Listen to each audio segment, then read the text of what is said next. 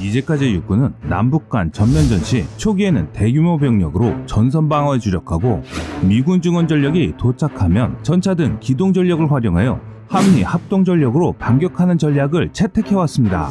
그러나 북한의 핵 등 대량 살상 무기인 WMD 위협이 대두되고 4차 산업혁명과 인구절벽 시대를 맞이하게 된 현 시대는 대규모 병력 유지가 어려워진 것은 물론 전력의 양적인 면보다 질적인 면을 우선시해야 하는 시대가 되어가고 있는 상황인데요.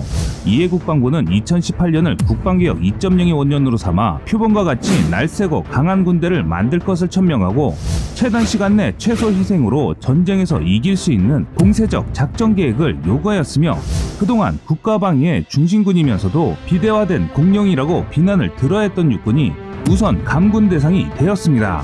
이에 맞춰 지상의 전력에 준출할 수 있는 전차는 화력과 방어력, 기동력의 3요소를 갖추고 그동안 지상전의 주인공으로 활약했으나 현대 들어서는 전장 환경의 변화와 대량 살상무기 위협 등에 대응하기 위하여 전력 확장을 제거하고 질 위주의 효율적인 전력 구조로 개편이 요구되는 상황이며 이에 군 당국은 전차 전력 역시 개편을 하고 있습니다.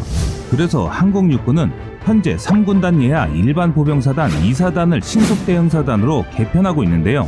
현재 알려진 방안은 기존의 예하 보병연대는 같은 군단 예하의 12사단이나 21사단으로 통합하거나 해체하고 사단사령부는 양평의 예전 20기보사단 주둔지로 이전 후 현재 이 작전사령부 직할인 201, 203 특공여단을 예하로 편제하여 신속 대응사단으로 개편하는 것인데요. 개편 후에는 기동군단인 7군단 예하로 편제를 변경하고 미 육군 제101 8.2 공정사단 등과 같이 개전 초기 항공기로 대규모 병력과 장비를 최단 시간 내 적지 중심 지역에 침투시켜 적 주요 지점 장악과 핵심 전력 경멸 등 임무를 수행 전쟁을 조기에 종결하는 공세적 기동부대 역할을 수행할 예정입니다. 공중 강습작전 수행을 위해서는 헬기를 많이 보유할수록 좋으며 특히 병력과 장비 수송을 위한 기동헬기는 충분한 대수를 운영할 수 있어야 하는데요. 더불어 공중기동작전 중에는 적 대공화력에 위협이 상존하고 작전 목표에 있는 적 전력에 대한 사전 제압이 필요하므로 공격 헬기를 이용한 어우머의 필요성도 대두되고 있습니다. 한국은 아파치 48대를 추가 도입할 예정이기 때문에 이제 한국은 보병을 신속하게 보호하며 나를 수 있는 장갑차가 필요해졌습니다. 공중강습작전은 기본적으로 헬기를 이용해야 하지만 병력이 헬기에서 내려 전장으로 투입한 후에는 적 정규군은 물론 기계화 부대 등 어떠한 형태와 강도의 적과 마주치게 될지 알 수 없기 때문에 이러한 적들을 상대하기 위하여 공중강습부대는 자동화기, 박격포나 대공, 대전차 미사일 등 지원하기를 공중 수상할 수 있어야 하며 적의 공격으로부터 전투원을 보호할 수단이 필요해졌는데요. 그래서 헬기를 이용한 내부 탑재 및 슬링 수송을 포함한 공중 수송을 전제로 하는 경장갑 차량인 공수 장갑차가 탄생하는 계기가 되었습니다. 항공기를 이용한 공중수송은 고속 성능을 활용하여 신속하게 전장으로 투입할 수 있으나 적재 능력 한계로 인하여 차량의 크기와 중량이 제한되고 전장 소요에 비하여 투입 수량이 부족할 수밖에 없는 단점이 존재합니다. 목표 지역의 지형, 기상과 적 상황, 강하의 위험성 등으로 인한 장비 손실률 및 분실률이 높은 약점이 있으며 이러한 점들이 공중수송용 차량을 따로 개발 운용해야 할 필요성으로 부각되었는데요. 우선적으로 한국의 공수장갑 차량의 주요 요건으로는 보유한 항공자산의 수송 능력을 충족하는 것과 운용부대의 임무 특성 및 작전 등을 고려해야 한다는 점을 들 수 있습니다. 일반적으로 정규사단급 공정부대용은 지상에서의 화력 지원이나 기동력 강화를 고려하여 경전차나 경장갑차로 투입하고 공중 강습부대용은 전장까지의 신속하고 효율적인 수송을 위하여 헬기 적지나 슬링 수송이 가능하도록 하고 특수부대용은 신속한 고속 침투가 용이한 경량 차량으로 개발하게 됩니다.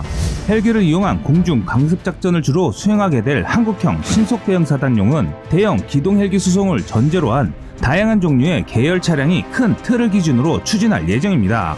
그렇다면 한국의 공중강습부대의 롤모델이라 할 수 있는 세계 주요국의 공수장갑차는 어떤 게 있을까요? 우선 세계에서 가장 유명한 공수장갑차로는 독일의 비제를 들 수 있습니다. 1970년대 들어 서독군 공수부대가 사용하던 크라카라는 장륜 수송차의 구식화가 표면화되면서 새로운 공수전투 차량이 필요해졌는데요.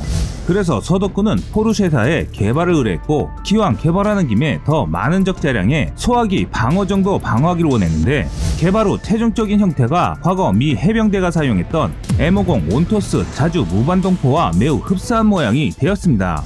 한편 비젤 장갑차는 크기가 작은 만큼 대량 공수도 가능할 뿐만 아니라 빠른 기동성을 모두 갖추고 있습니다. 또한 전동으로 움직이는 포탑엔 포우나 20mm 기관포가 탑재 가능하여 작은 크기에도 불구하고 상당한 화력을 지니게 되었는데요. 서덕구는 이외에도 12.7mm나 7.62mm 기관총이 달린 경량 포탑을 실어 좀 더 속도가 빨라진 정찰형이나 포우보다 장갑 관통 능력과 사거리가 향상된 자국산 HOT-2 대전차 미사일을 실어 대전차 능력과 생존성을 강화한 타입도 도입했습니다. 하지만 속도를 중요시하게 만들었기 때문에 방어력은 상대적으로 약한 단점이 있었습니다. 방어력만큼은 7.6mm 이하 구경의 철갑탄이나 고폭탄 파편을 막는 수준이기 때문에 전차와 정상적인 교전은 당연히 불가능하였고, 히트앤 런 방식의 공격만이 유효한 무기체계였습니다. 이런 이유 때문에 기동성이 상당히 중시되었는데요. 3톤급 작은 차체에 90에서 100마력급 엔진을 장착하여 톤당 마력이 30에서 40대로서 이건 일반적인 MBT를 상회하는 수치입니다. 이렇게 무게 대비 강력한 엔진 덕분에 포장도로에서는 80km로 달리고 비포장도로에서도 50km 이상의 빠른 속력을 낼 수 있어 치고 빠지는 능력이 좋아 생존성을 더욱 극대화하기도 했는데요. 반면 비젤의 맨디의 유동륜이 지면과 맞닿아 보기륜의 역할을 겸하고 있는데, 무게를 줄이면서 접지면을 넓히기 위한 설계로 비젤의 유동륜은 현가장치로 충격을 흡수함과 동시에 궤도의 장력 조절도 함께합니다. 사실 비젤은 공수장갑 차량이긴 하지만 낙하산 투하를 한 적은 없습니다. 프로토타입을 통해 테스트된 적이 있지만 모두 실패해 시험 차량이 4대나 파괴되어 헬기에 탑재해 공중강습 임무에 투입하는 것이 독일 연방군의 일반적인 비젤 운용 방식입니다. 하지만 이런 제한사항이 존재해도 값싼 비용과 효율적인 운용이 가능한 비젤은 얼마 지나지 않아 새로운 개량형을 선보이게 되는데요. 1990년대에는 보기륜 1개를 추가하여 크기를 늘리고 엔진을 146마력으로 증대한 비젤2를 도입하여 스팅어 미사일을 운영하는 대공 차량과 120mm 자주박격포, 앰뷸런스, 지소 차량 등의 계열 차량을 운영 중입니다. 반면 지상군 화력으로 어디 가도 꿀리지 않는 러시아도 공수장갑 차량을 운영한 국가입니다. 러시아는 BMP-3와 동일한 2H-70 100mm 저하포와 2H-2 30mm 기관포 포탑을 갖춘 BMD-4 장갑차를 공수장갑차로 운영하고 있으며, 이 차량은 수상도화 및 승무원이 탑승한 상태에서 공수가 가능한 차량으로 알려져 있습니다. 한국은 세계 주요국의 공수장갑 차량 운영 현황을 분석하여 한국에 맞는 공수장갑차 사업을 추진하고 있습니다. 그럼 한국형 공수장갑차의 개발 방향은 어떻게 진행되고 있을까요? 한국은 신속대응사단 개편 계획과 더불어 한반도에서 CH-47 헬기로 수송할 수 있는 한국형 공수장갑차 개발을 결정하고 본격적으로 연구에 들어갔는데요.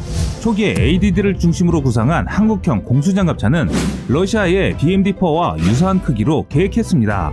길이 6m, 폭 2.6m, 높이 2.5m 정도 부피에 8에서 9톤가량의 전투 중량, 승무원 2명 플러스 부가 인원으로 최대 4명 정도로 계획했으며, 차체는 7.62mm 기관총부터 30mm 기관포, 40mm 유탄기관총, 대전차 로켓 등의 경무장을 갖추는 형태였는데요.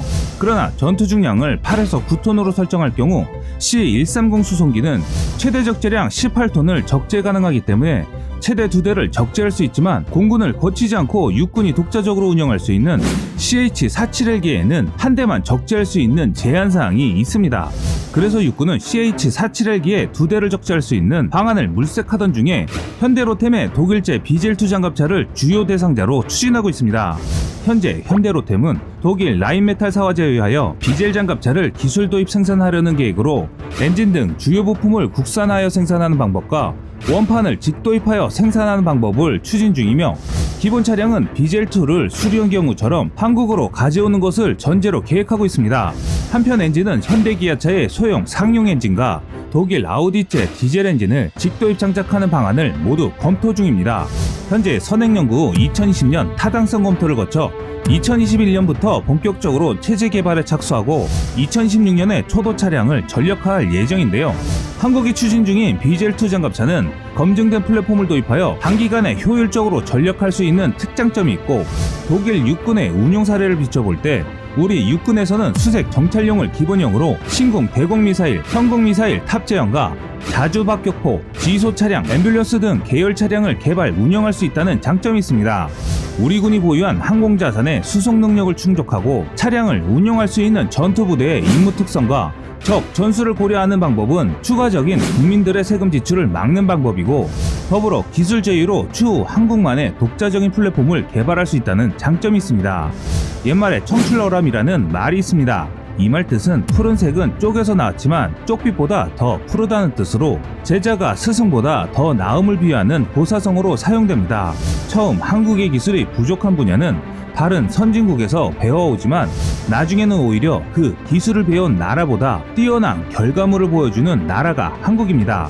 한국의 기술력 발전을 항상 응원하겠습니다. 지금까지 세상의 모든 군사무기를 얘기하는 꺼리수구였습니다. 시청해주셔서 감사합니다. 구독과 좋아요, 알람 설정은 좋은 영상을 만드는데 많은 힘이 됩니다.